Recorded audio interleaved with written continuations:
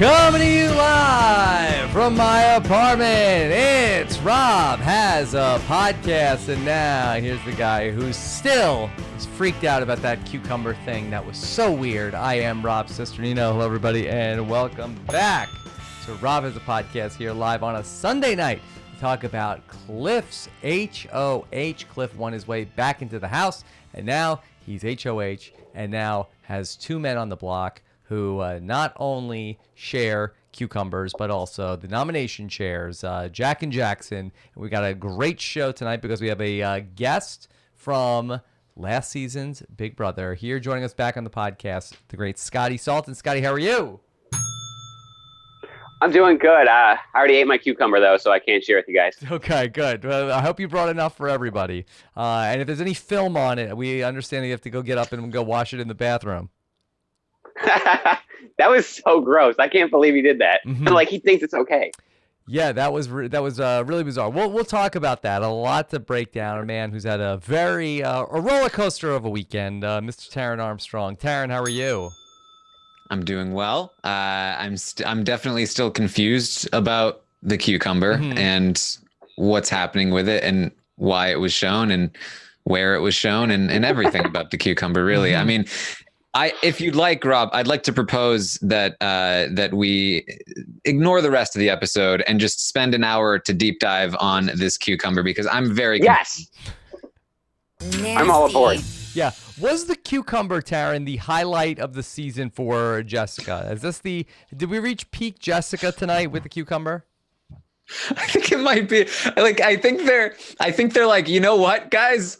At this point, it's looking like Jessica's going to be sticking around for a while. We've got to give her some content. What kind of content? What can we give her? She was grossed out by the cucumber, I guess. Mm-hmm. Yeah. Nasty. Yeah. Okay. All right. So we've got a lot to do here tonight to talk about Cliff's HOH and a busy weekend. Get your questions in. Hashtag RHAP. Scott St. Pierre is standing by. Don't forget, Summer of Stein week is going to be this week. So I'll be back with Eric Stein coming up on Tuesday this week. So get your questions in. Hashtag Summer of Stein. And then also you can email us summerofstein@robiswebsite.com or robiswebsite.com/voicemail. Okay, Scottie, let's check in with you. Yeah. Scottie, always with the hot takes. Very excited to hear what you have to say about Big Brother 21. But first, Scottie, what have you been up to? I travel all the time. I just got back from Wisconsin. I'm going to Boston with Kev and JC for some kind of hot air balloon fest in less than a week. And after that, I'll be in Orlando for Give Kids the World. Yes. I'm just always traveling. Tell me about the hot air. What I do. Tell me about the hot air balloon fest, Scottie.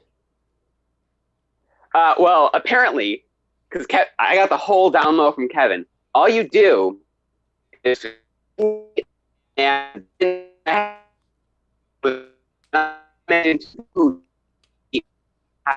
than me and Kevin. Okay. And then there's concerts, like a big event. I don't understand the point of hot air balloons. I think it started as a but I don't really know the point of the hot air balloons. Yeah. Okay. Well, we didn't really get too much of that, Scottie, but I'm sure it's good. Hopefully, hopefully we'll be okay with the connections. And if not, we'll figure out another way to get to hear what you have to say. All right. That was straight from a movie. All you need to do is. Yeah, we got it. Okay. All right, Scottie. So let me try this again because I want to know from you that back around this time in a year ago that you ended up being the HOH, and I know we actually. Okay, Taran, tell me about Scottie's HOH. Scottie's HOH last season. I obviously am the expert on Scottie's HOH in this podcast. He decided to put up the two bros. Isn't that right, Scottie? You decided to put up two bros. I did decide to put up two rows, and they had to be put up. Just like these two have to be put up.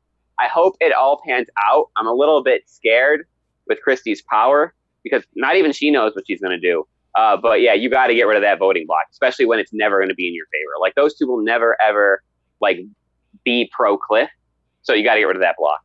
Can you talk about the decision that you were forced with a year ago where you're in this spot, you have the HOH, and you want to take a big shot. You have these two bros who are in the house. Do you feel like this is similar at all to what Cliff is dealing with? I do think it's similar, just because his is a little worse though, because he actually got evicted and had to win his way back in. But like, I was on the block the week before, and I told Caitlin, I was like, you can't trust those two. They're like the two everyone seems to be scared of.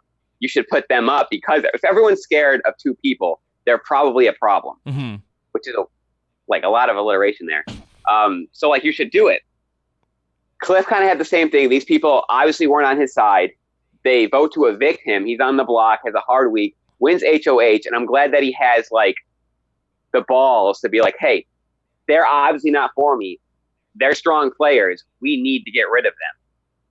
So I completely applaud what he did, because it's exactly what I would have done. Yeah, Scottie, also another thing that you and Cliff have in common, that Cliff was voted out of the house and then won his way back in on Thursday night. Yeah, but he's not going to get revolving doors. Yeah, that's the big difference. He actually won his HOH, but thank God he won that HOH. Because if somebody, part of the 6 shooters, would have won that, I don't know why Jack is so good at all these comps. He's the one person you don't want to be good at all these comps, and he's constantly good at them, and it drives me nuts. I just want him out.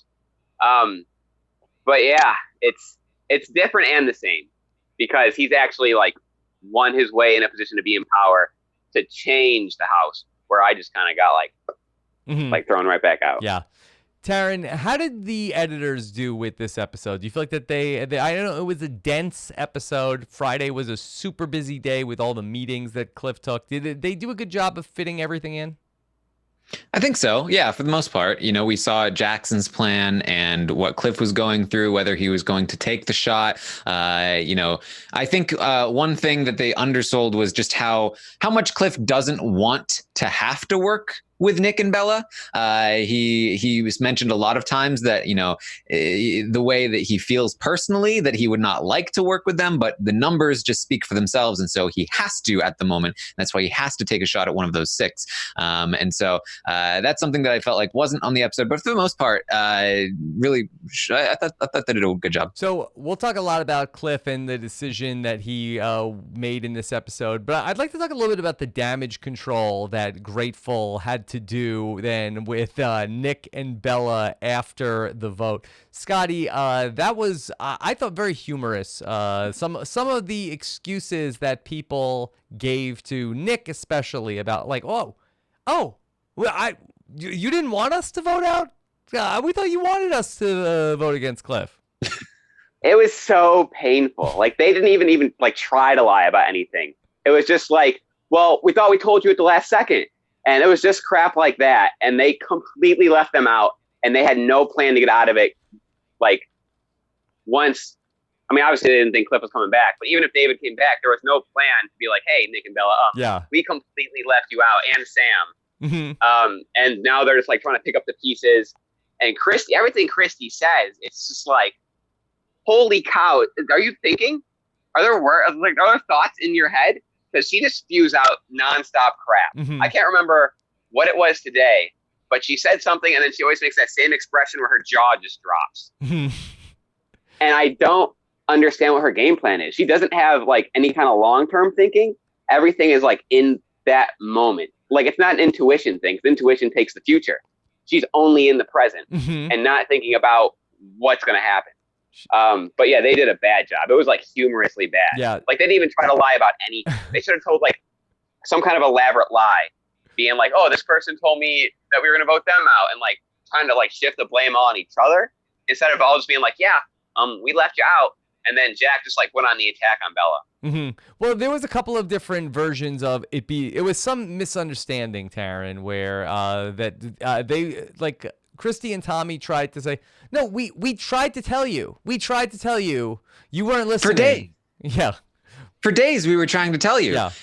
And then this thing happened at the last second. We never considered it until the last minute. That's what happened. But also, we were trying to tell you about it for days. And also, Jack has been, I mean, Jack lets them know things have been weird for weeks. For weeks. I mean, it happened last second. But for weeks this has been building up. Right. It's your fault that this happened, but just so you know, my favorite was when Jackson tries to explain to Nick about what just happened. I thought this was. I didn't. So just tell me. So if I can trust you, why can't you guys trust me? We can trust you. Can you? Yes. Well, then why didn't you tell me, Belle, and Sam? This was not something that was planned at all, literally. It wasn't a deceptive thing. This was not something that was planned, Scotty. It was not a deceptive thing. Yeah, it happened. We just all happened, all 6 of us in this alliance, we just all happened to vote the same way against what you wanted to do because of your vendetta against Nicole. It just happened to happen that way. Yeah, that's the way that's just the way it broke down. What are you going to do? It happens. It happens sometimes. Okay. Sometimes everyone betrays you. It just happens. Yeah. Okay. So that's Grateful was trying to get all on the same page. Oh yeah, Sam was also pretty rich in this moment where Sam was beside himself when this happened. Apparently, flipping votes is the new thing in Big Brother when you're in an alliance. What? Why is he mad about that? He tried doing that a couple weeks ago. He was trying to switch the vote on Kemi, Taran.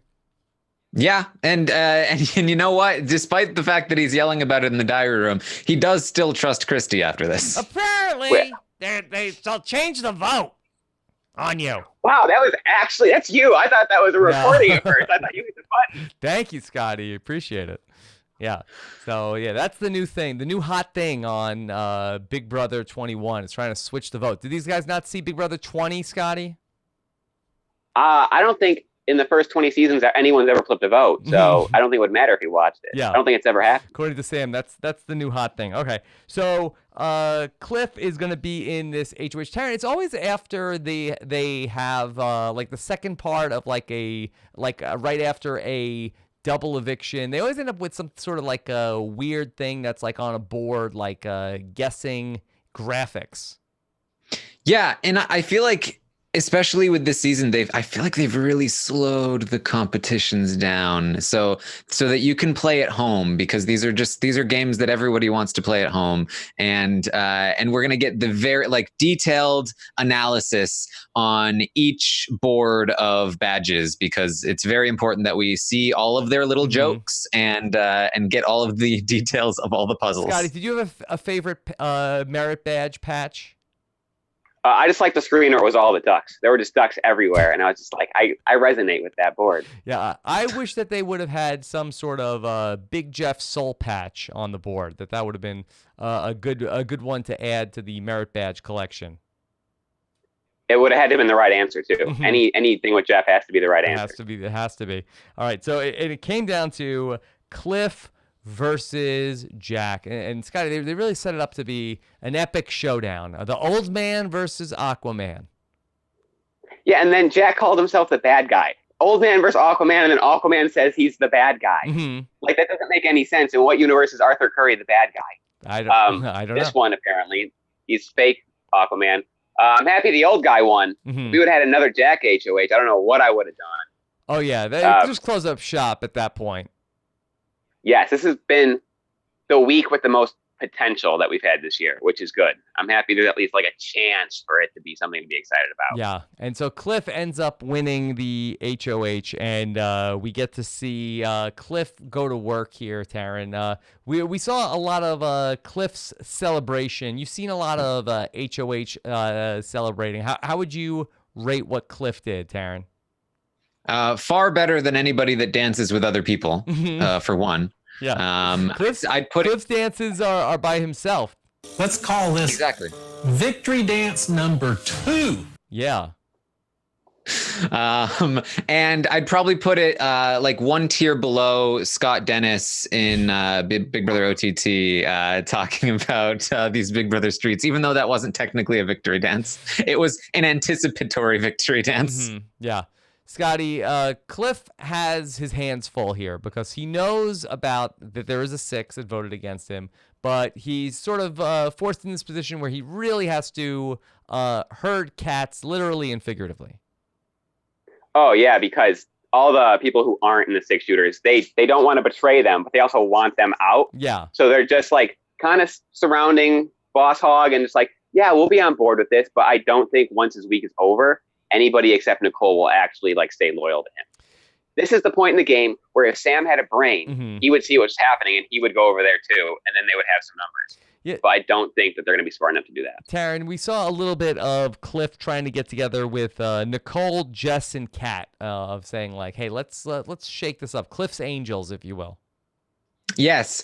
And I think we're starting to see some of the issues that Cliff is facing with this HOH, which is that the, Grateful Alliance / 6-shooters have been running the house so smoothly for the last month that that everybody is kind of just used to being on the bottom and on the outs. And they don't really all get along, these bottom feeders, these outcasts. In fact, some of them, like Kat, really just don't even like being called a bottom feeder or an outcast because they don't see themselves like that.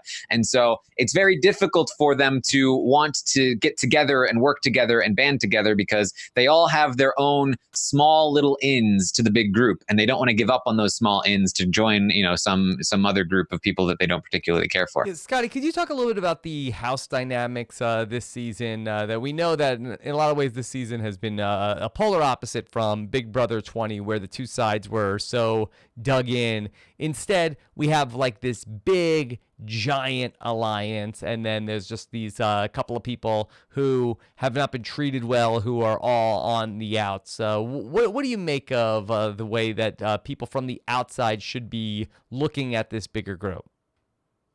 Well, I don't agree that it's completely different, because what Taran was just saying, where there's some like a main group and then they had little connections with everybody outside, that also existed in 20. Like JC had like Fast, Casey and Haley would hang out every now and then. I would hang out with Tyler. Rockstar would hang out with like Sam. Like there were those small connections, and there were a lot of times we didn't want to break those connections to like draw the line in the sand. So I wouldn't say it's completely different, but from the perspective of, I'm trying to figure out the best way to word this. Okay, can you repeat your question one more time so I could like the people that are on the outs? What's the best way for them to try to break this thing up that they're not in? They just have to be bold. That's literally all it is they got to have confidence in themselves and not try to hide behind other people. They got to have confidence in other people that will stand with them, which in this case would be, I can understand why you wouldn't have confidence in Jess though. So that's a big challenge. But they got to have confidence in Nicole and Kat, and if they can get Sam on board, and if they get Nick and Bella, like confidence in each other to knock out the six. And I don't think they have that. They see Jack and Jackson, they're confident. They seem like they can win everything, and they don't want to leave that shield and like expose themselves. Yeah. And then you also have the issue that there are people like Nicole who went to war with Nick and Bella last week. And so you need all of these people to work together, because you're at this point in the game where you have these 10 people, or 13 people, and 10 will vote. And it's very hard to be able to put this coalition together to go in your favor with the numbers being what they are right now.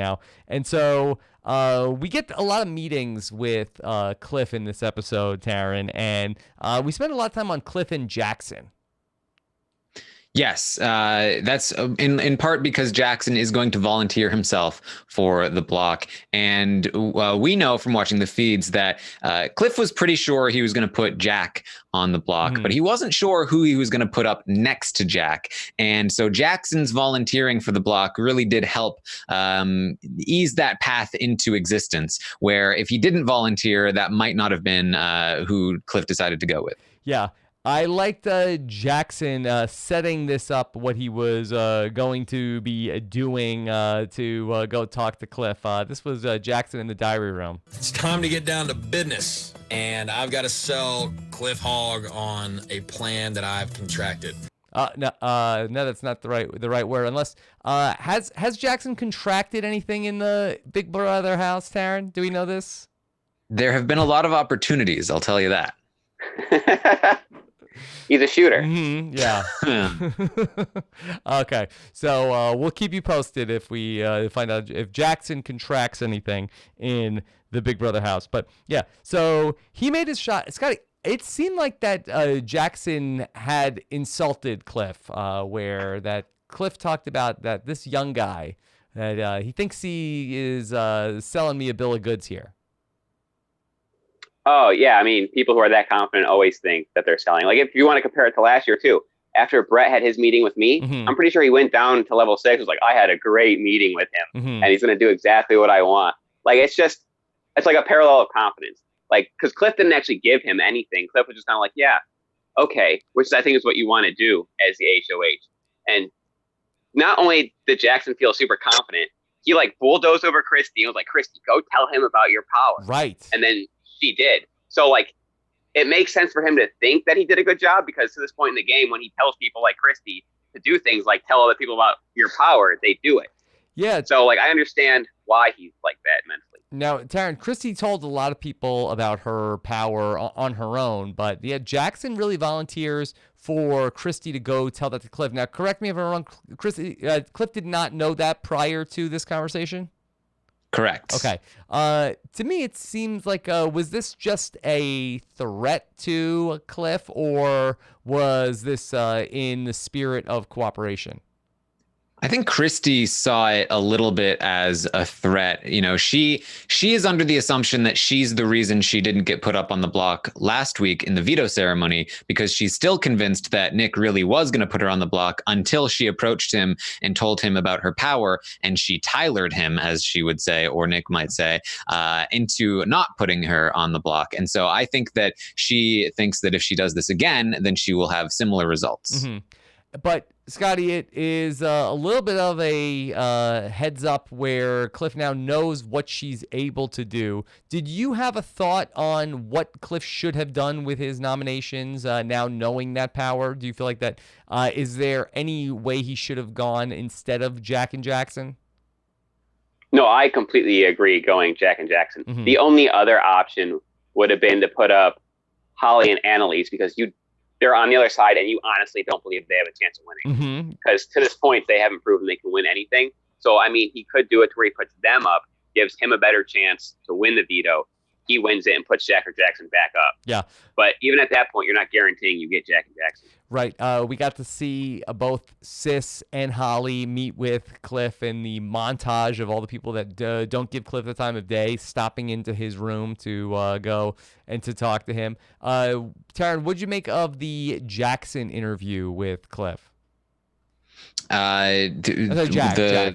Jack. Interview, yes. You know what? I'm getting crossed up, but tell me, did Mr. Big Brother announcer guy, did he get crossed up, or is Mr. Announcer guy making a funny tonight? Who will win the power of veto? And will it be used to save either Jackson, Jack, or Mickey from eviction? I think the announcer guy is making fun of the producers for making everyone call him Mickey. What do you think, Scottie? Oh, I think they're making fun of him. They should have done it last year, too, with Rockstar. Because she still goes by Angela. Yeah, just let me play that again in case you missed it the first time. Who will win the power of veto? And will it be used to save either Jackson, Jack, or Mickey from eviction? Yeah. He's definitely making it funny. Yeah. That is rare. I feel like that they do not editorialize too much in that spot. Yeah, well, I think they don't usually put cucumbers in bathrooms either, but things happen in this season. Yeah. That was. I guess should we break that down a little bit? A little bit more. I have a guess. Wait, the cucumber or the joke? The cucumber. Okay, because I think the joke has something to do with on that show Love Winston that's on. Yes. Like that announcer is super jokey, and I think a lot of people are saying announcer is getting jealous. Yeah. Now I've never seen a person eat one. I've never seen one person, Taran, eat a cucumber the way that Jack and Jackson were eating. I've seen people eat a pickle like that, certainly, but I've never seen any person ever just like eating a cucumber. You've seen two people share a pickle? I don't think I've seen people share a pickle, but I've seen people like eating a pickle like that, but not a cucumber.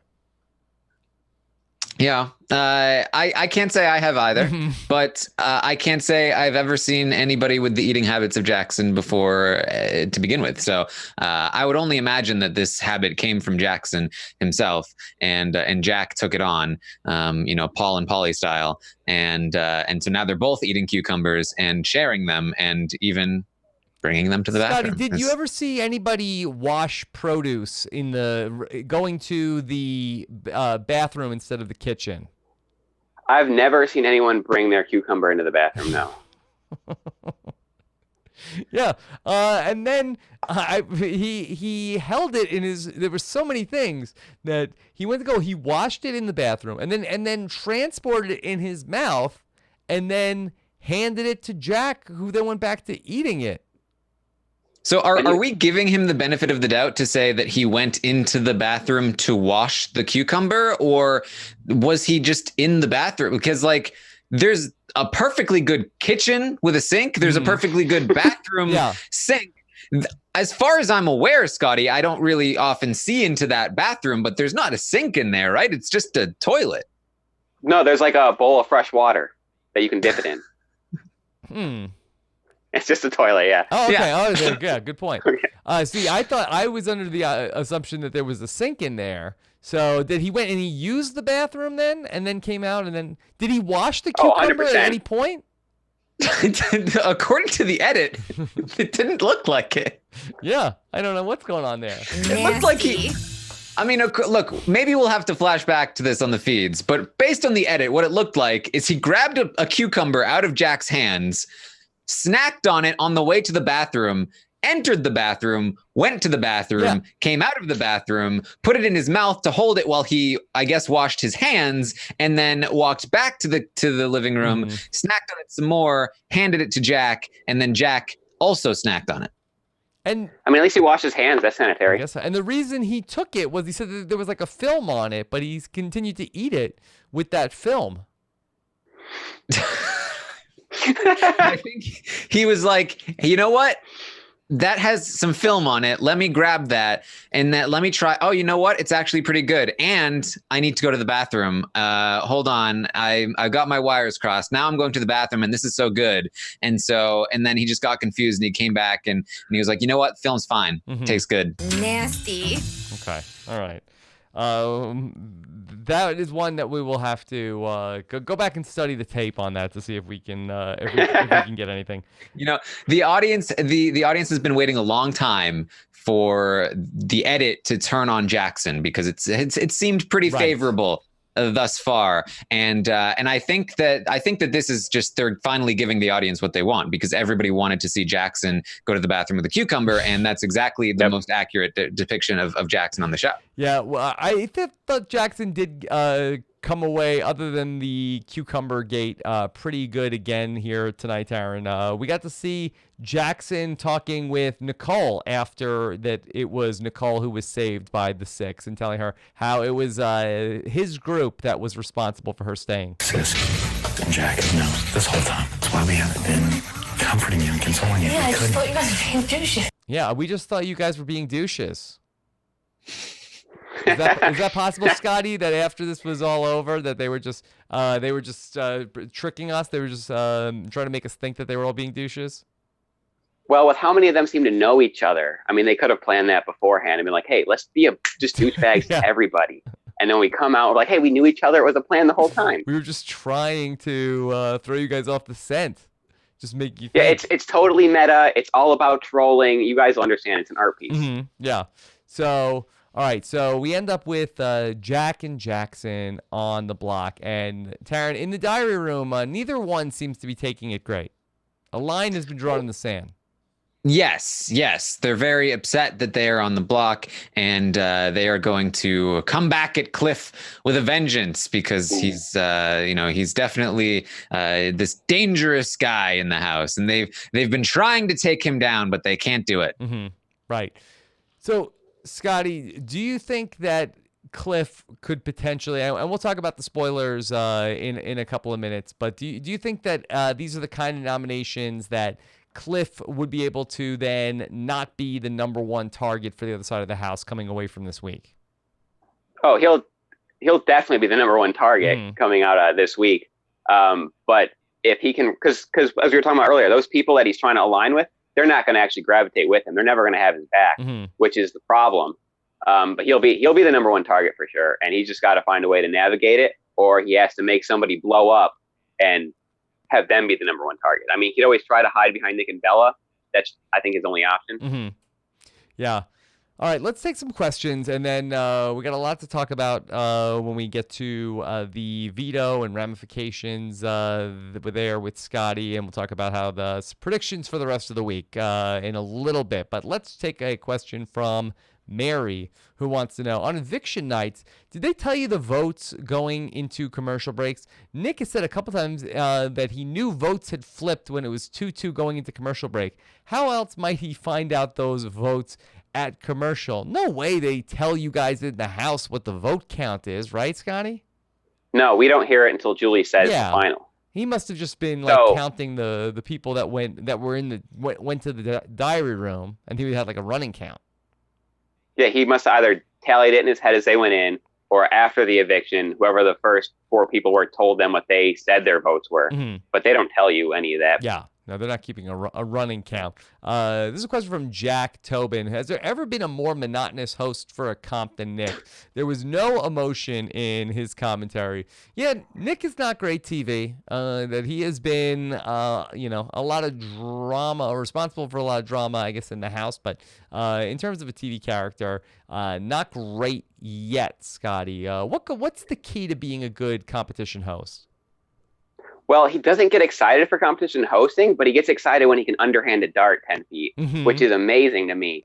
It's all energy. It's being able to take the lines that you're supposed to say, beat them in, because you do them all in a row. So you got to be able to just have the energy to do it. It's all energy. He does not seem to want to have any energy, because him and Bella just play around all the time. He tires quickly, from what I understand. Taran, do you think is it unfair to judge Nick on this performance because that he was just coming off of this blind side? Did that take some of the wind out of his sails? I don't think so. I think that the way that Nick talks, it's very level in general, and he tends to just talk a lot. He's just talk at this level. It's just constant talking, and it's really fast talking. He just talks on that level, and so when they're in the diary room and they're like, Nick, we need more energy. We need excitement. What I really enjoy about Nick's performance is that he gives none of that. He just gets louder. And Cliff is the one. No, that's too much. I already put too much emphasis. It's hard to do. It's hard to be loud and monotonous at the same time, but he manages to do it. And so I applaud him. Okay. Let's take this question. This is from Justin.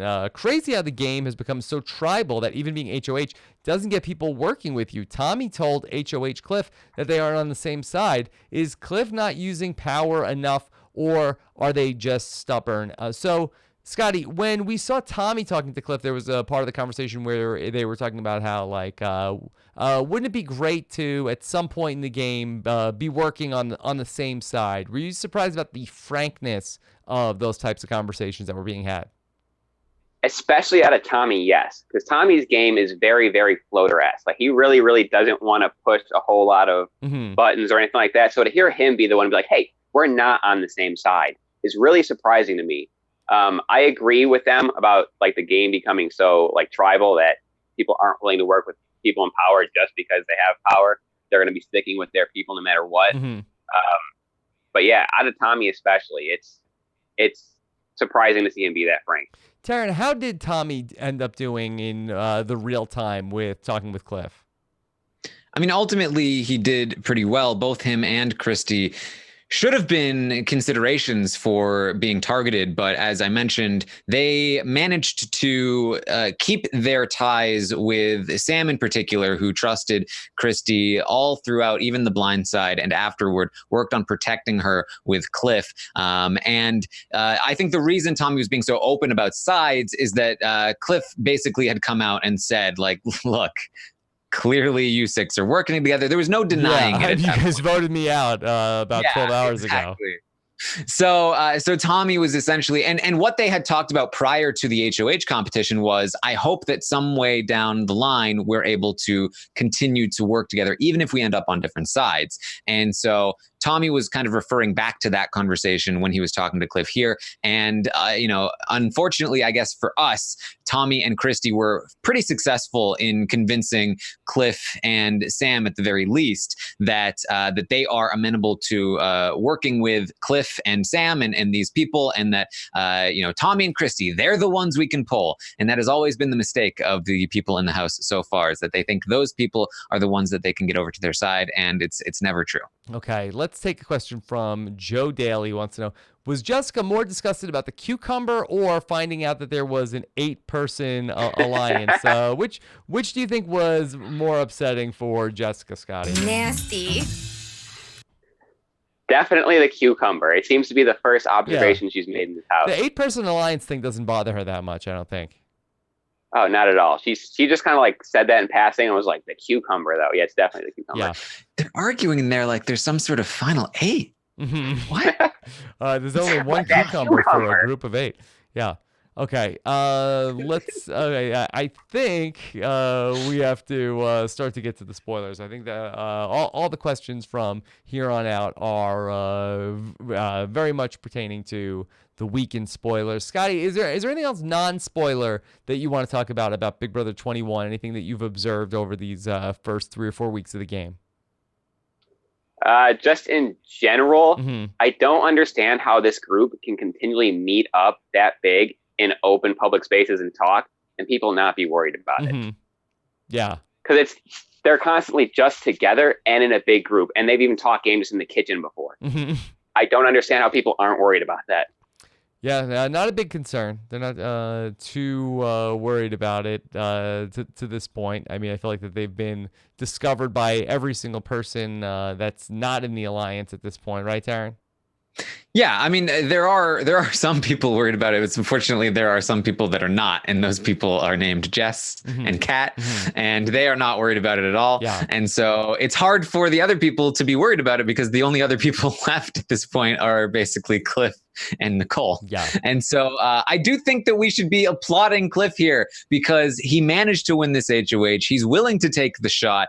And this is a very dangerous shot. There's a whole big alliance. There's a group of 6. They have add-ons to that alliance. They completely run the house at this point. And Cliff is just taking a dagger to the middle of everything and saying, let me try and rip this apart with my hands because there's nothing else that we can do. And he's taken the shot. He's being bold, and I'm very, very happy to see it. Yeah, I mean, it's similar to something that we talked about a lot in Survivor: The Edge of Extinction, where you had people like Rick Devens and ultimately Chris Underwood, who, after losing, they came back in and they said,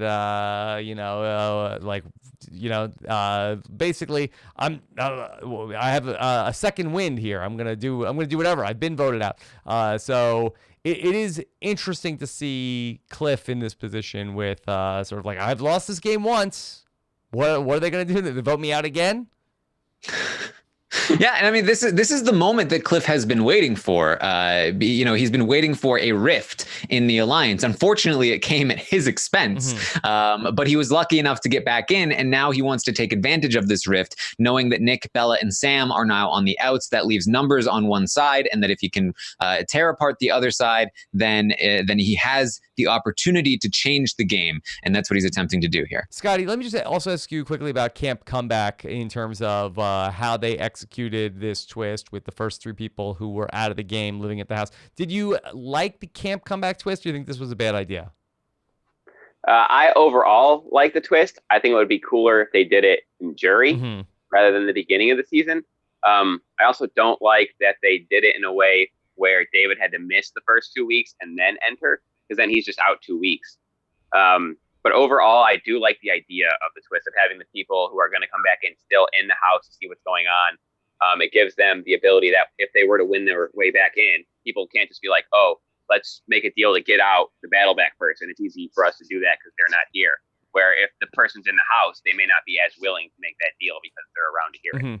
Scottie, did you feel like that the relationship between Cliff and Ovi gave you any Steve and Scottie vibes? I can see where you would say that because Obi was pretty much by himself. Cliff was kind of working a couple different angles. Oldest guy in the house, and one of the younger guys in the house hitting it off with a bromance. I can see where you'd say that, but I think it's different because I think me and Steve clicked sooner. I think theirs was more of he was in Cap comeback, nobody was talking to him. Mm-hmm. Cliff was making sure he had relationships with everybody and just didn't forget about him. But do you wish that Summer of Steve got to be in Camp Comeback and stay in the house for 3 weeks? As much as I want to say yes, I'm gonna say no. Yes. Just because I know I would have spent all my time with him and not anybody else. Okay. And he would have been in my HOH room the entire time. We would have done 2-on-1 meetings the whole day. It would have been bad for him. Summer of Steve 2018. Never forget. Okay. All right. Never. Let's get into the spoilers. How is Steve doing? Good? Steve's doing fantastic. Yeah. Okay. He's just with his family, chilling, having problems with his dogs. Dogs. What's wrong? Oh, his dogs just don't like each other. Oh, okay. You gotta keep them separated. All right. So hopefully everybody is able to give the dogs 2 pickles, 2 cucumbers, so then they'll get along. Okay. Let's go ahead. Let's get to this week. One of the dogs' names is Jack. Ah. Okay. Not good. Not good. All right. So we're going to get into the spoilers. We'll be back again on Wednesday. If you were going to bounce out here and don't like spoilers, Summer Stein coming as well. Plus much more we'll tell you about. Just, be subscribed to the podcast. We're not going to do a bunch of plugs right now. Okay. Let's do the spoilers. The Office of Civil Defense has issued the following message. This is a spoiler. Warning. A spoiler. Warning means that an actual spoiler against this country has been detected and that protective action should be taken.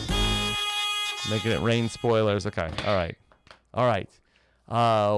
Busy weekend of live feeds, Taran. Yes. And no dance for the spoiler song today. No dance for the spoiler song. Okay. I was gonna say it's funny how polar opposite you two are with that song. Yes. Well, we are in mourning. Yes. Okay. Well, let's talk this through. Let's talk it all through because I know everybody is on pins and needles about what's going to happen. But let's just catch some people up to speed in case people had a life this weekend and they were not following the live feeds and are just catching up in this podcast. Over the weekend, we had our Power Veto competition on Saturday. Scottie, what gives? This wasn't hosted by anybody from Big Brother 20? Not that I'm aware of. Yes, okay. First time this season, unless we see something on Wednesday that we no alumni hosting, right, Taran? They hit JC in we don't know. in a briefcase or something. We don't know yet, but okay. So we had our Power of Veto, and we end up with a Power Veto winner, Taran. Who is that person? Jackson won the Power Veto. Okay. Probably the worst person to win it here. Okay. All right. What was the competition? Do we know?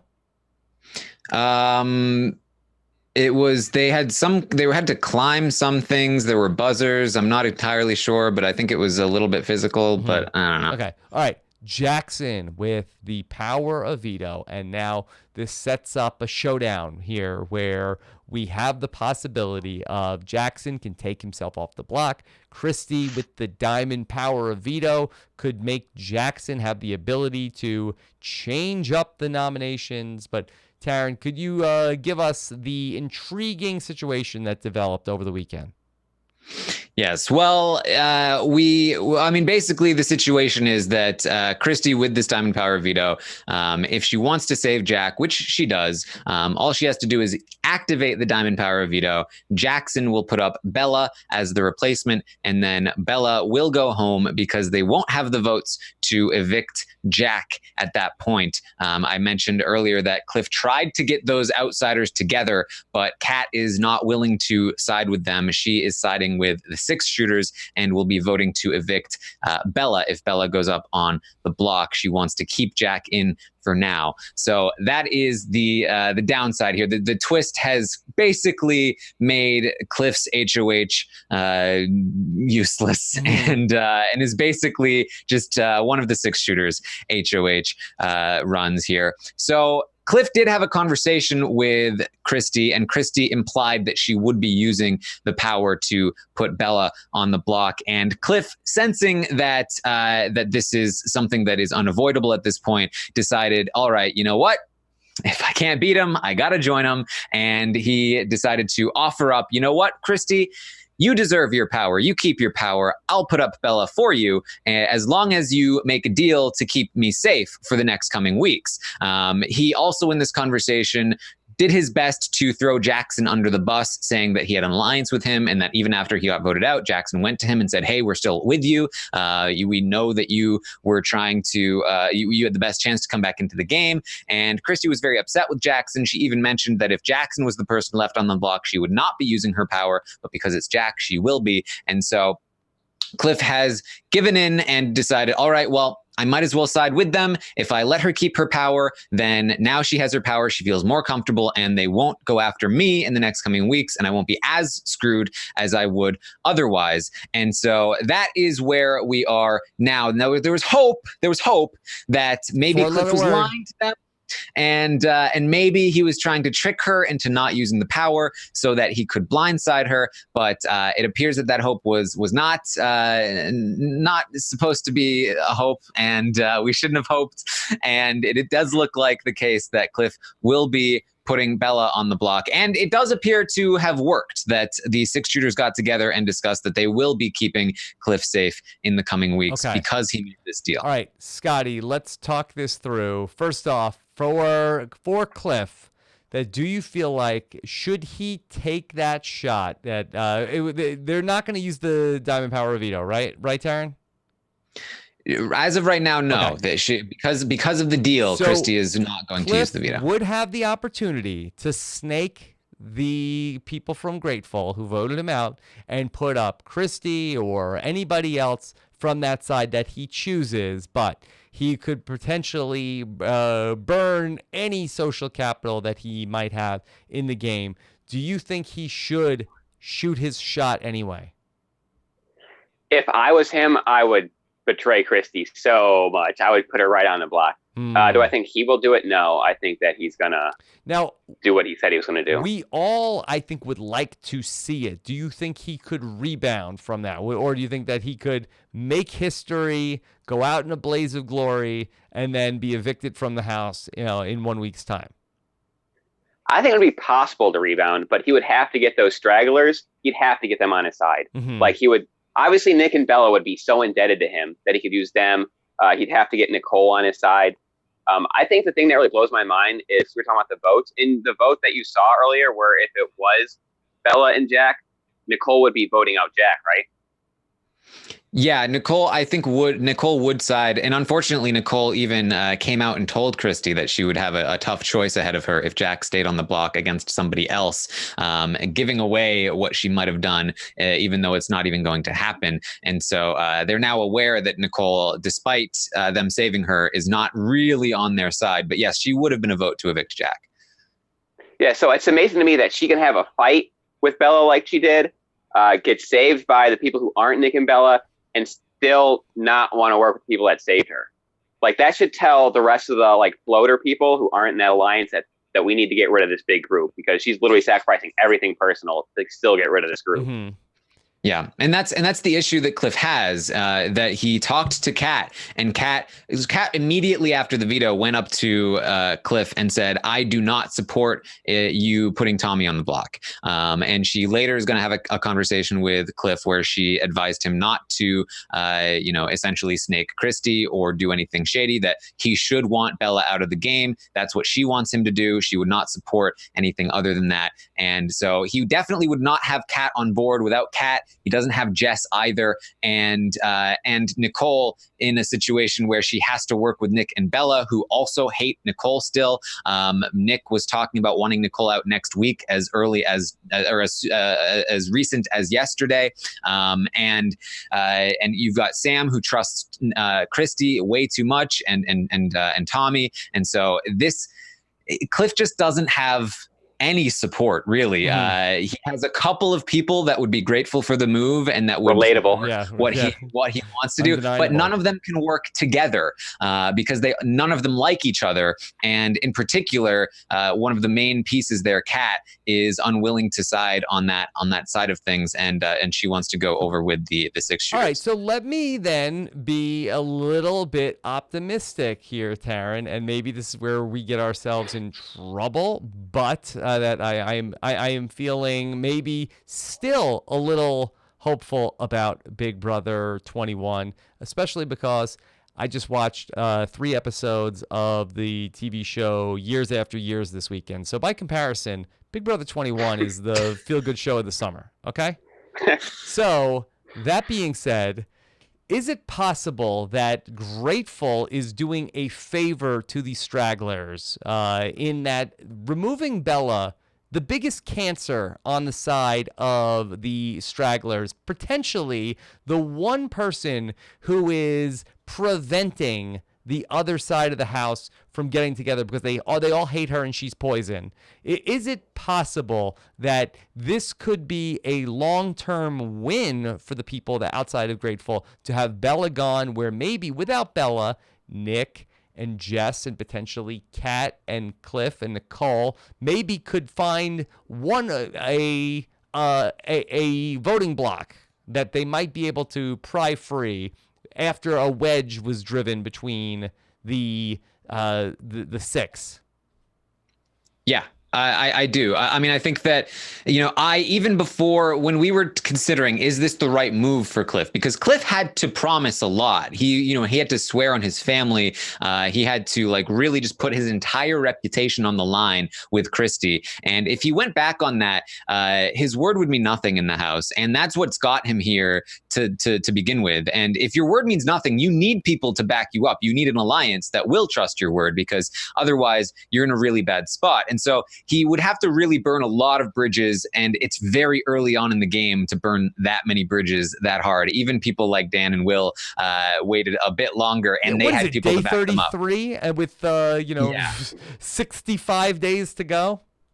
Yes. So even before this, I was considering I think it might still be worth it, but part of that is just me wanting it to happen. But there is still another path on the other side. And part of that is what Cliff was talking about to Christy with Jackson, where Christy and Jackson, there's some tension starting to form there. Even just Cliff putting Jack and Jackson up on the block next to each other has started to build resentment in Christy and making her think about, who do I choose between Jack and Jackson? It's obviously Jack. I don't like Jackson that much. I don't trust him that much. She revealed to Cliff that Jackson was the rogue vote, and his information about Jackson forming an alliance with him caused Christy to be a lot more skeptical of Jackson, and she expressed those skeptical thoughts to Tommy and to Kat. Jackson, in the meantime, has also expressed to Kat that he is skeptical of Christy, and he has been thinking about taking a shot at Christy soon. And so that's something that Cliff and Kat both discussed today in terms of not making the big move, making the safer play, taking Bella out of the game, and then they can continue to work together with maybe some of the other people. They do like Nick without Bella. They do like Sam, that maybe they can work together and continue to try and pry these two sides of the alliance apart. That could be potentially another bridge. Scottie, all last season we talked about the looming level 6 civil war that really never ended up coming together. Do you think, could we get a Grateful civil war? I think it's highly likely, because especially if they take Bella out right now in the house, I think Bella is viewed as like the poison. Once she's gone, there's no way it's not Christy. With how she freaks out all the time, there's no way Christy's not viewed as a poison. So I think it could happen. And I think it'll happen sooner rather than later. Yeah. Taran, I think this sets up a really interesting week. If Bella goes home, that I do feel like that the house is very fluid all of a sudden. It's possible. Now, very fluid. The house has a fluidity that maybe we could not have seen a week or so ago. I think the important thing for Cliff is that he should be safe for at least a week or two. And that's a crucial week or two, because with an endurance competition coming up, it's highly likely that one of the 6 shooters is going to win the HOH. And they are now, instead of targeting Sam and Cliff, they will be targeting Sam and Nick, or Sam and Nicole, unfortunately for Nicole, because of what she said to Christy about how she might actually be a vote to evict Jack. They have now turned on Nicole once again.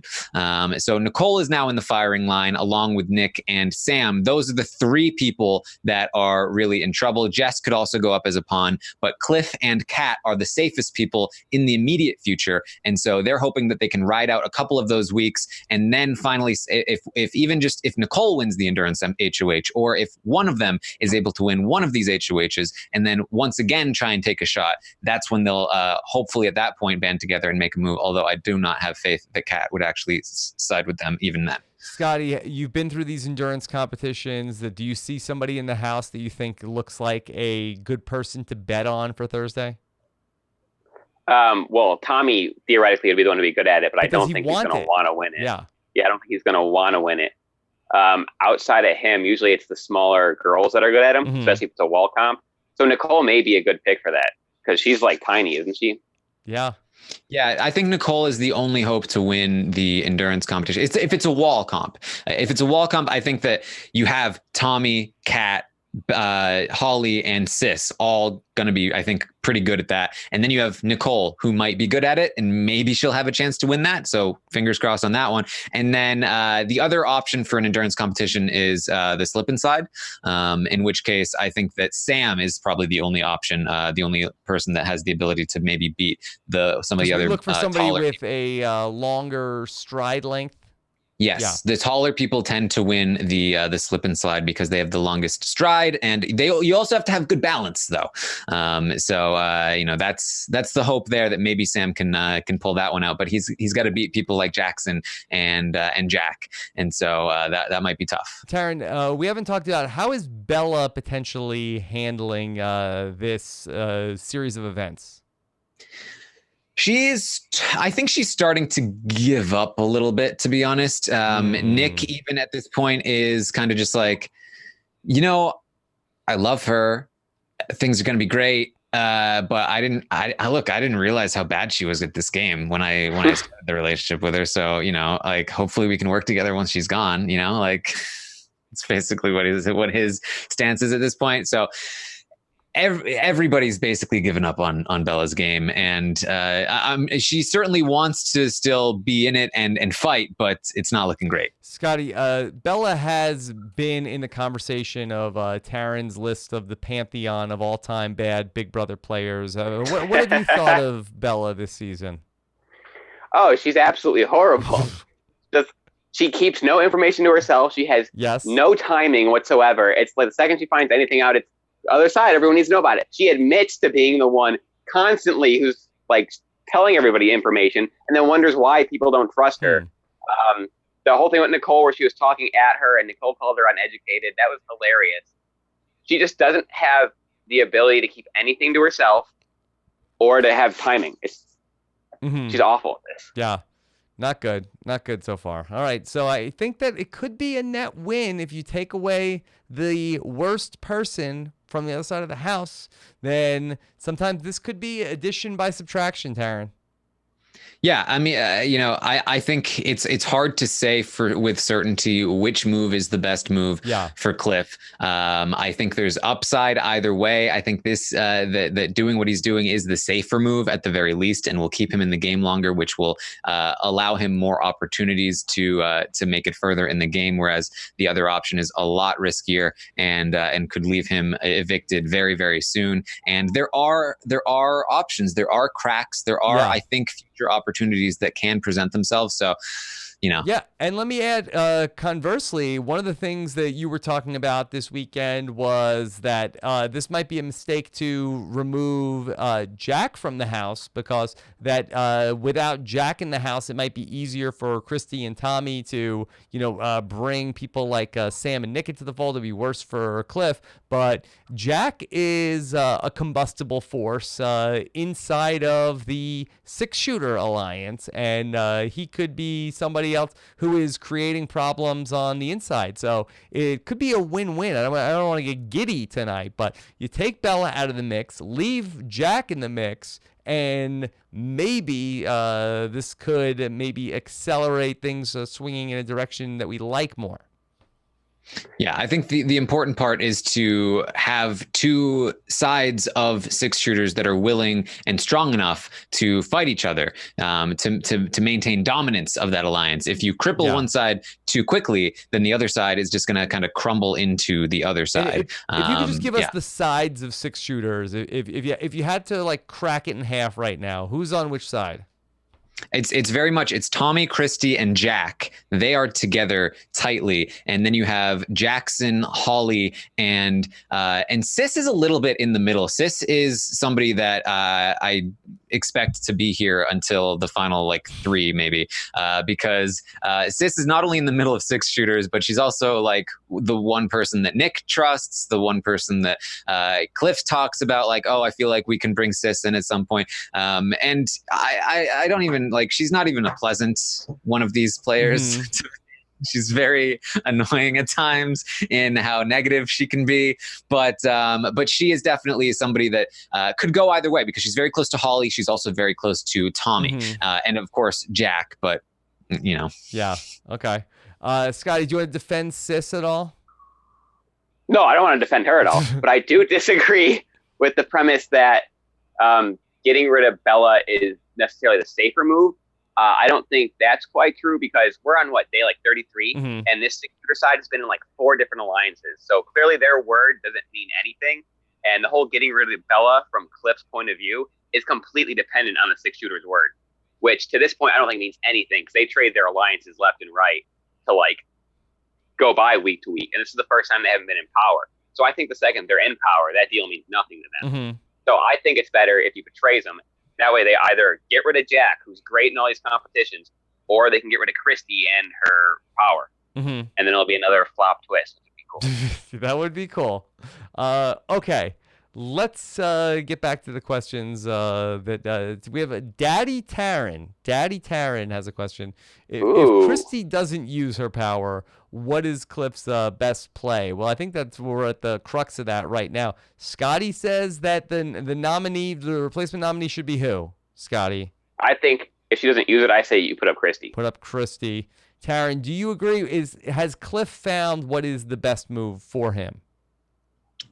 I would still say that my choice would be for him to put up Holly, actually, because I feel like that would cause more division in the six shooters. I still would ultimately side with that one. It's so close for me. Like, I don't think there's a wrong decision here. There's definitely a wrong decision when it comes to what I want him to do and what great for the season. But in terms of like which way is better, I think it's impossible to predict. And this is one of those situations where I'm just like, I can make a call one way or the other, but it's so dependent in both circumstances of like where things play out, and there's so many variables. So I don't think there's a clear answer. Scottie, let me go back to Cliff for a moment. And it was such a big moment in the season, the Cliff Notes, where Cliff was talking to the cameras and then was overheard by Christy. Now, if I recall correctly, did you say that you talked to the cameras, but then they didn't show it?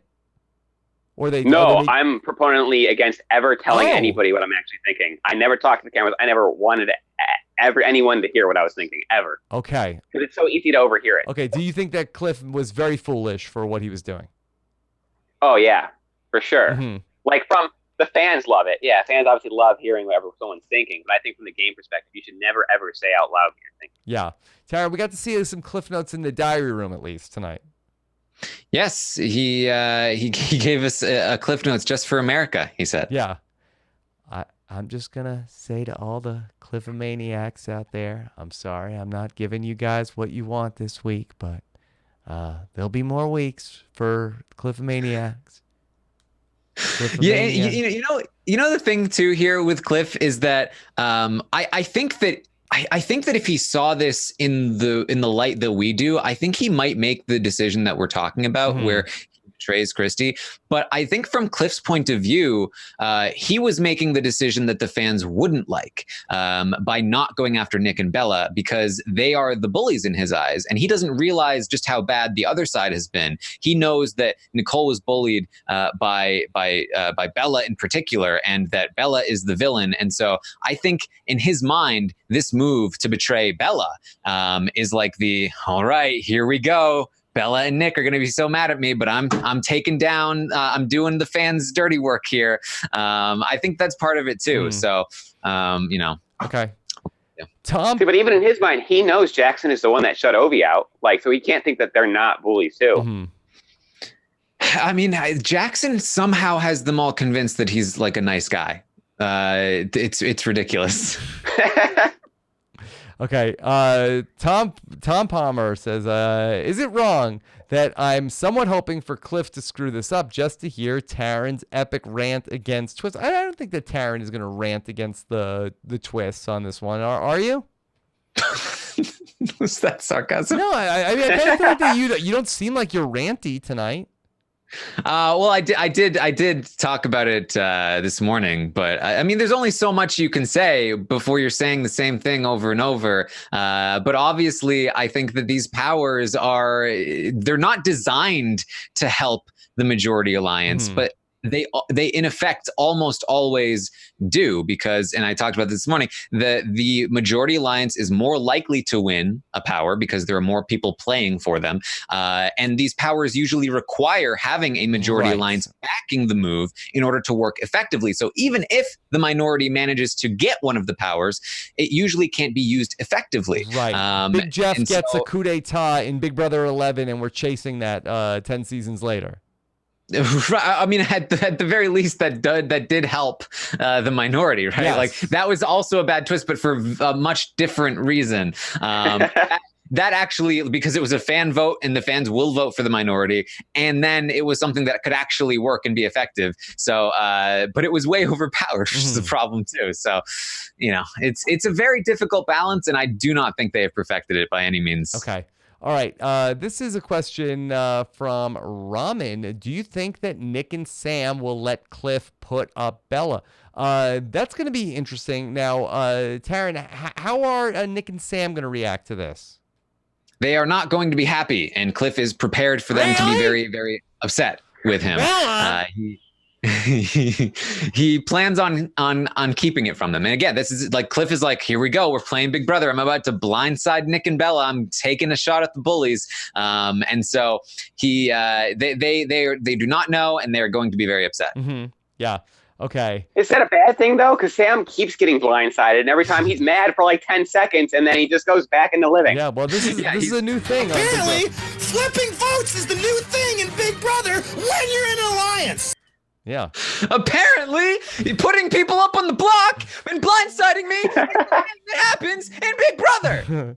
Apparently, nobody tells me what's going on around here. Am I supposed to do one too? And apparently, I'm all right with this. What are you gonna do? Scottie, would you go on Survivor? That's from Keith Noir. Oh man, I can't swim, but I mean, yeah, why not? Well, I don't think it'll be. I really don't like think to living travel. conditions will be that bad. Yeah. Yeah, I like to travel. I like to suffer. Yeah, why not? Yeah. Okay. Yeah, there are a lot of people that want to talk about the possibility of putting Kat on the block from Cliff's point of view. Okay. And this is actually something that I was talking about on Twitch when we were discussing like how to get Christie to not use the veto before Cliff even made the deal with Bella. I was like, he should offer Kat as a compromise and say, you know what? I know you don't want Jack to leave. How about we come to some kind of compromise and we put somebody else on the block? We were already, complaining about Jackson. What if I put up Holly? Would you be okay with Holly leaving? You said you were fine with Jackson leaving. Then you don't have to use your power, and I get something that I want. It's a nice compromise. Or the other option is Kat. She's not even in the 6, but she's a number for the 6, and so that's in my eyes, an even more appealing compromise where it's like, all right, Kat is she's not in the 6. Let's put Kat up on the block. We can send Kat home. Jack can stay, and you don't have to use your power, and we all get a little bit of something that we want. Unfortunately, though, that was not something that he was thinking about and trying to offer in that moment. Would it have worked? Maybe. Yeah, I think that losing Bella is, I know she's a number, but I think that there is more to be gained by not having Bella in the house for the side than to just simply have her number, because she's not a reliable number. And then I think that you have Kat on the block, and then now there's animosity with Jess, and I know that you're potentially losing Nick and Sam from the side, but where are they going? Yeah. Sam has nowhere to go. I mean, he'll have been betrayed by Christy again. And by Cliff. Yeah, so. Yeah. He's got a trip. Okay. All right. Taran, can we talk about some potential breakups in the house? Sure. Yeah. Okay. Taran, as the showmance turns, is it true that we do have maybe some more trouble in paradise? Oh, there's trouble in paradise, Rob. And it's so strange because we've seen that, Jackson, he's so great at relationships, and he's always in stable relationships. I mean, he was with Kat for like a good 2 weeks before that went south. So I'm very surprised that another 2 weeks later, he's having more trouble. Yes. Okay. All right. So Jackson and Holly, they had been the new hot couple in the Big Brother house. Well, what's the issue here? So the issue is that they have been getting a little busy on the feeds, and Holly is regretting it a little bit. She doesn't really want to be doing things on the feeds, and Jackson took a lot of offense to that position. He was like, well, I don't want to be a regret for you, and you know what, I'm a really black and white guy, and I think that from my perspective, it's very simple. I'm just gonna bow out of this one and make it very easy. So we don't have to regret anything, and we don't have to deal with the issue of being on the cameras or anything else. So I could not believe. I saw this clip on Twitter earlier today, Scottie, and I could not believe the audacity. It was. That you were going to show the clip. No, I don't have the clip. I don't have the clip.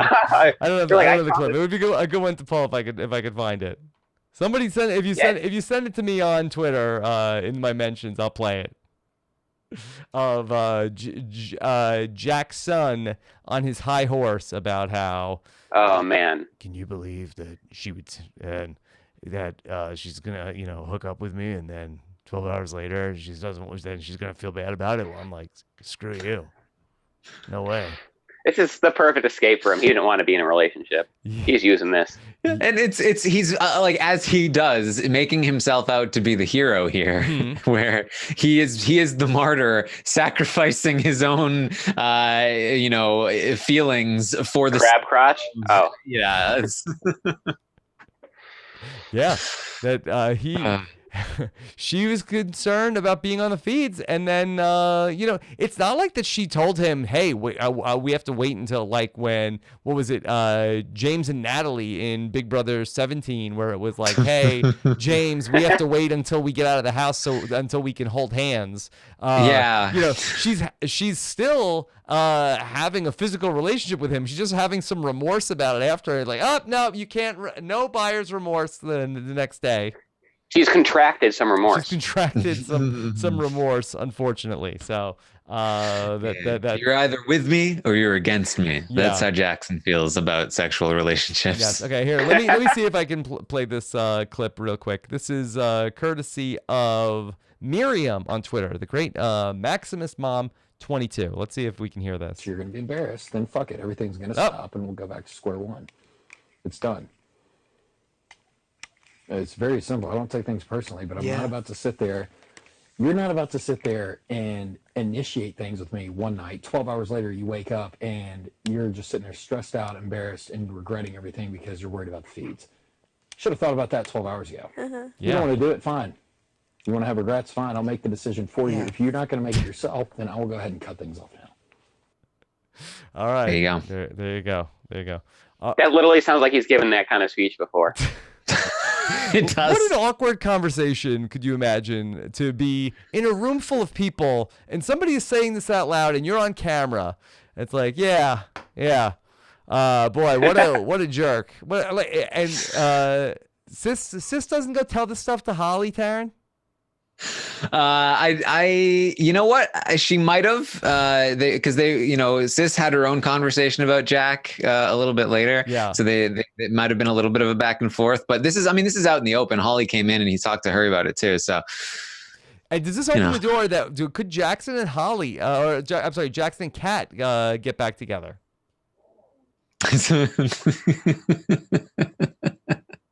I hope not. The diamond power of Veto. You should get her in there. You never know. Yeah. Scottie, what did you think about Kat crying in the episode tonight about David being gone? Well, I mean, that just shows how alone she actually is in the house. Yeah. Which is probably why she's so desperate to cling to the 6. Mm-hmm. That's really all it shows in my point of view, because I don't know why she'd be crying for other reasons, because she has nobody else in the house. Mm-hmm. Everyone else is conspiring against her. Yeah, I guess. People are conspiring against her. Yeah, I saw a lot of people on Twitter saying that this is fake. That Kat did not really care about David. She's trying to influence us. Mm-hmm. I'm not usually one to say such things, but if anyone is going to play up a certain aspect of their character on the show, it would be Kat. So I don't know. It could have been genuine. It could have been fake. Take it or leave it. Okay. All right. So actually, what about Jackson and Sis? Could he go for number 3, Taran? You know what? That could be I the don't crack think we need between Jack and Jackson. Yeah, I don't think anybody has been able to pull off the hat trick before in the Big Brother house. So we'll see. We'll see. I mean, they share a cucumber. They might as well share her. All right. On that note, Scottie, have you checked out Winston on Love Island? I've literally only watched the parts with him. I fast forward through everything that's not Winston. He's way too timid. Too timid. He doesn't use his body language at all. Every now and then he'll throw a little jab and kind of tap their arms. Yeah. He won't point his body towards people. He leans back. He's trying to be too cool. Mm-hmm. I think this is what he's doing wrong. He needs to be a little more engaging. Did you ever see Winston and Brett share any produce in the Big Brother house? Well, they always cooked together when they were both still there, so they probably shared. They probably shared while they were both there. Okay. And never in the bathroom, though, that I know of. Never in the bathroom. Taran, anything else that you want to discuss or call to our attention about everything from the weekend? I think we're basically good there. I will say that I think the Jackson and Holly breakup is actually a very bad thing for the outsiders, because if Jackson and Holly split up, that makes them easier to sort of absorb back into the group, and they're less of a threat, and therefore they're less likely, I think, to civil war each other. So what if it's a contentious breakup with Jackson and Holly? Could that open up Holly as a number for the outsiders? No, I don't think so. I think she will stick with, I think she'll just get pulled into the Sis, Tommy, and Christy group, because again, anytime anybody feels insecure, the first group of people they reach out to are Christy and Tommy. I'm looking at the whole group of people, and I feel like Christy and Tommy are the most likely to work with me. And it's occurred to 0 people in that house that's the reason why. They have all the options, and because they immediately stick out to you as the people you think you should be able to work with, that's how everybody thinks, and therefore they're the worst people to work with. Okay. All right, let's talk about what else is going on right now on Robin's podcast and Robin's website, everything that we have going on. Okay. Rob and Akiva need a podcast live in Minneapolis. The audio and video is up on robinswebsite.com. A really fun show, live show that we had a really good crowd in person for Rob and Akiva need a podcast. And then Love Island, week number 2 recap. Find out what Kirsten and Brian Scally had to say about everything when Winston shows up on Love Island. And then The Amazing Race Canada. There was a new twist on The Amazing Race Canada. Find out what Jessica Leese and Dan Heaton thought about this episode on episode number 3 of season 7 of The Amazing Race Canada. And then we've got our Survivor South Africa episode number 10. I believe that is PK, who is on who's guesting with Mike and Shannon this week on Survivor South Africa's recap. The RHAP BBB&B is here with Mike and Liana playing some games with Matt Ligori. Listen to about the first half hour or so of that one. Very fun to check out the RHAP BBB&B. And the LFC Roundtable is back tomorrow night. Taran, I listened to the whole LFC Roundtable on Monday night of last week. Very fun to hear what, after a crazy week in the Big Brother house, where the ratings are going to be landing. Yes, there's been a lot to talk about so far as the season has progressed, and so it's really been a lot to unpack. But we get in real in depth in the roundtable, and I think that we will be definitely seeing the ratings for the players change quite a bit this week. Some wild swings this week. Check that out. That's wild swings. Yeah, that's Monday night live at 9 p.m. Eastern, 6 p.m. Pacific. Yes. Go ahead and find that on robhasawebsite.com.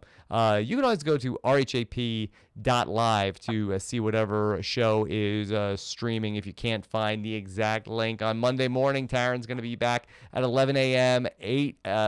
Eastern, 8 a.m. Pacific. Same thing on Tuesday and Wednesday. That's all ready to go every morning. And then on Wednesday night, we will have the Veto recap. And I believe that I'm not 100% that this is sure this is confirmed, but I believe Johnny Mack is going to be with us on Wednesday night. So very excited for the Wednesday night episode. We'll see what Cliff ultimately ends up doing tomorrow with the Veto, and we'll have a lot to talk about. And don't forget, I have Big Brother exit interviews. I talked to David and Ovi and Kemi on Friday, and they were really fun to get to talk to. You will want to hear Kemi's reaction to finding out that Tommy and Christy have a pre-existing relationship outside of the house. Wait, what? Kemi, I really thought they were gonna say could you not include that part of the interview? I thought Kemi was really going to be say very inappropriate things that we were going to have to potentially censor her. But check those out at robhasawebsite.com. I should have another exit interview this week as well on Friday with whoever comes out of the house. Projected to be Bella at this hour, but we will see how the week changes. All of this podcasting, a million things that you just heard about, made possible by the support of the patrons of Robin's Podcast. Find out more about everything we're doing, our patron-only podcast feed, and much more over at robhasawebsite.com/patron. Scottie, thank you for being so patient, sitting through all of those shows we have coming up. Dude, you guys are busy. We're busy. Fun to see. A lot of stuff going on here with the Big Brother season. Scottie, what are you up to? What should we check out? I literally just have those 2 events coming up. I'll be at Speedy Fest in New York, and then Give Kids the World in Orlando, August 8th through 10th. And then after that, I got nothing. That's where my plans stop. Okay. Scottie is on social media, and that I see that you on social media, you are Scottie Salton versus the world. Yes, Scottie. No, it's just Scott Salton versus the world. Yes. Okay. Do you prefer to go by Scott now? No, I'm still fine with Scottie. I actually don't have a preference. I just started with Scottie because I was working in guest services, and people are just genuinely happy with you when you go by Scottie. Okay. Scott. So it was just a character thing. I mean, I guess a little if you think about it. Yeah. Mm-hmm. Are you? I don't have a preference. Though. Are you still battling the world? I'm always fighting the world. Okay. And if the world's on my side, then I got to change things up and I got to change what I think. Do you like being the underdog, or do people view you as the underdog versus the world? I think so. I think people think the world has more numbers. Yeah. Okay. So this is a good ploy to be the underdog favorite of Twitter, maybe. Or it's a ploy that I really like the movie Scott Pilgrim versus the World. Mm-hmm. Oh, is that what it was? It's all Scott Pilgrim versus the World reference? Yeah. Okay. All right. There you go. All right. Taran, did you get that? You knew that? Yes. Okay. Yes. All right. Scott Pilgrim. I thought I thought that you were Scott Salton versus the world because you have so many hot takes. It could be a little column A, a little column B. Yeah. I actually really liked. I was looking at your Twitter that if I may have a Lion King spoiler. I also have a Lion King podcast that I recorded over the weekend, going up on post show recaps. I compared the 2019 cast versus the 1994 cast to see which Lion King had the better cast. You said honestly, the Lion King 1994 would have been better if Timon died in the battle. I think you're right. Thank you. I think that was a good. Most people are just like, no. It would have cinematically been a better storyline, and there would have been way more metaphorical things happening. But it's a kids' movie, I understand. Yeah. But I want my kids to watch. Died. Yeah, but there's always the one at the beginning. Mm-hmm. There's always the one that dies, and apparently more than one good guy death is too much for a Disney. Yeah, because the whole, especially in the 2019 film, they really, Hakuna Matata, that because life is meaningless. That I feel like that to give his life to save Simba. I feel like that would have, raised the stakes. It would have raised it so much. Yeah. I mean, and they literally leave their haven to go help him at Pride Rock. It would have been nice if there was a price, and not everyone just survived it. Taran, just to bring this full circle, should Cliff sacrifice his life in the game by making this all-in move so that the Resistance can ultimately triumph? Yes. Okay. Yes, good. That's a good answer. You know what? Because look, I get it. He's playing his game and not the audience's game, but I want it to happen. He could be like the Obi-Wan Kenobi of that he might need to sacrifice his game so that the others can win. Yeah. But too bad there's not a lot. We don't have a lot of the heroes to root for. Like, who are we rooting for on that side? Nicole? That's it.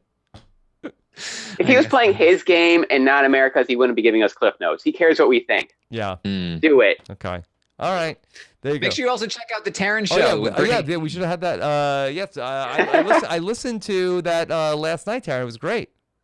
Thank you. It was very, very fun. Brittany is somebody that is like super easy to talk to, and she is so just naturally charismatic. It was really, really fun to talk to her and get a little bit of insight into her brain and how it works. Yeah, no, definitely go check out that Brittany Haynes interview as well on the Taran show on the RHAP Ups feed on the website. Very, very easy to find. Taran's Twitter as well. Okay, and then, of course, follow Armstrong Taran on Twitter, twitch.tv/Taran Armstrong. Anything else? Instagram? Instagram. I did just post a picture with me and Orwell. Yeah. Why don't you bring Orwell to the nighttime podcast? I mean, the owl, if anything, should be on the nighttime shows and not the morning shows. He's always watching. Yeah. It's Cliff's wife. His wife. I thought about having him out here, but I didn't want to take his helmet off, and I thought that was too spoilery for the first half of the podcast. Taran, I was having to explain to my kids that I always watch you in the morning when I do exercise in the garage, and then my kids are there also like, Dad, why does Taran have an owl? Why is I'm like, it's complicated. It's a long